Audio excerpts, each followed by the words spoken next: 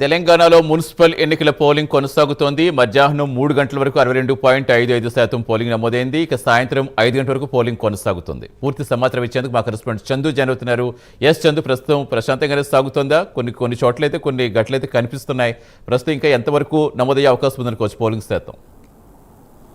సతీష్, తెలంగాణలో మున్సిపల్ ఎన్నికలు పోలింగ్ అయితే కొనసాగుతోంది. ముఖ్యంగా 116 మున్సిపాలిటీలు 7 కార్పొరేషన్లో పోలింగ్ అయితే ప్రశాంతంగానే జరుగుతుంది. అక్కడక్కడ చెదురుమదురు ఘటనలు కూడా జరిగాయి. ప్రధానంగా చూసినట్టయితే ఇప్పటివరకు అంటే దాదాపు మధ్యాహ్నం 3 గంటల వరకు కూడా పోలింగు 60% దాకా నమోదైంది. మరో 2 గంటలు కూడా పోలింగ్ కొనసాగుతుంది కాబట్టి ఇంకొక 15 నుంచి 20% ఆ పోలింగ్ నమోదయ్యే అవకాశం, దాదాపుగా 85% పైన పోలింగ్ దాటే అవకాశం అయితే మనకు చాలా స్పష్టంగా కనిపిస్తూ ఉంది. ముఖ్యంగా చూసినట్టయితే మున్సిపల్ ఎన్నికల్లో ఉదయం 11 గంటల వరకు అయితే 28.48% పోలింగ్ మాత్రమే అయింది. ఉదయం కొద్దిగా ఈరోజు మంచు కూడా ఉన్నటువంటి చలి తీవ్రత కూడా ఎక్కువగా ఉండడంతో ఉదయం మాత్రం చాలా మందకొడిగా పోలింగ్ అయితే స్టార్ట్ అయింది. తర్వాత మధ్యాహ్నం 1 గంట వరకు 51.66% పోలింగు నమోదైంది. మొత్తం 7 కార్పొరేషన్లలో మధ్యాహ్నం 1 గంట వరకు 48.54% పోలింగ్ నమోదుగా, కొత్తగూడెం మున్సిపాలిటీలో మాత్రం కార్పొరేషన్లో 53.4% ఓటింగ్ నమోదైంది అత్యధికంగా. ఆ తర్వాత నిజామాబాద్ మున్సిపల్ కార్పొరేషన్లో మధ్యాహ్నం 1 గంట వరకు 35.4% పోలింగు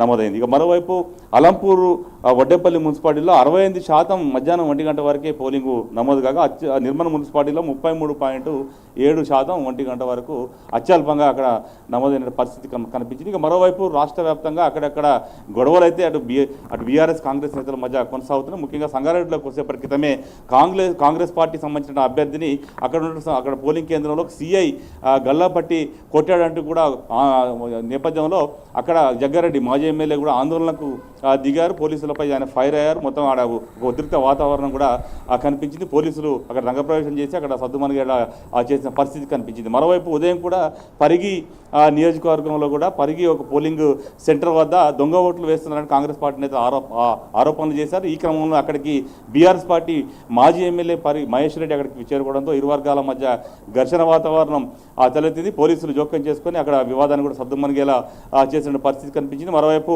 ఇటు బోధన్ మున్సిపాలిటీలో కూడా అటు కాంగ్రెస్ బీఆర్ఎస్ వర్గాల మధ్య గొడవ జరగా అక్కడ కూడా పోలీసులు వాళ్ళని చెదరగొట్టిన పరిస్థితి కనిపించింది. మరోవైపు కరీంనగర్లోనూ అదే పరిస్థితి కనిపించింది.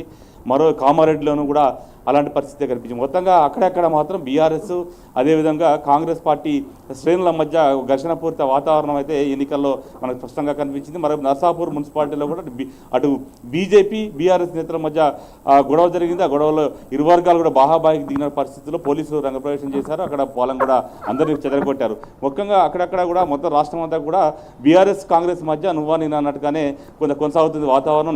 నాయకులంతా కూడా విడిపోయి నాయకులు కూడా పంచాయతీలు పెట్టుకుంటున్నారు, గొడవలు చేస్తున్న పరిస్థితి కనిపిస్తూ ఉంది. పోలీసులు మాత్రం వాళ్ళందరూ కూడా సంయమనంతో ఉండి వాళ్ళందరూ కూడా బయటికి పంపిస్తూ ఉన్నారు.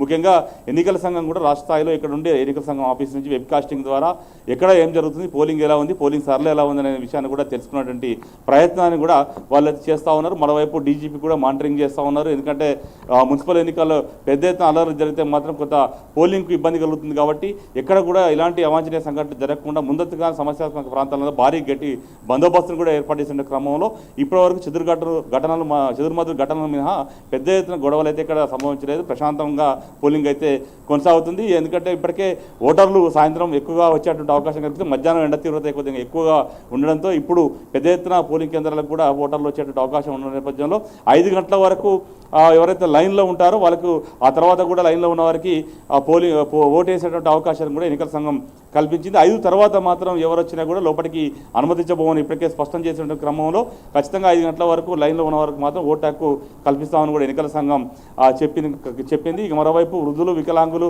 ఎవరు వచ్చినా కూడా వాళ్ళ వీల్ చైర్లలో వాళ్ళందరినీ కూడా పోలింగ్ సెంటర్లోకి తీసుకెళ్తున్న పరిస్థితి ఉంది. ముఖ్యంగా ఈసారి ఎన్నికల్లో అత్యధికంగా పోలింగ్ నమోదు చేయడం ధ్యేయంగా ముందు నుంచి కూడా ఎన్నికల సంఘం అవగాహన కార్యక్రమాలు కల్పించింది కాబట్టి పెద్ద సంఖ్యలో ఓటర్లు కూడా తమ ఓటు హక్కును వినియోగించుకుంటున్నారు. Satish, right, thank you Chandu.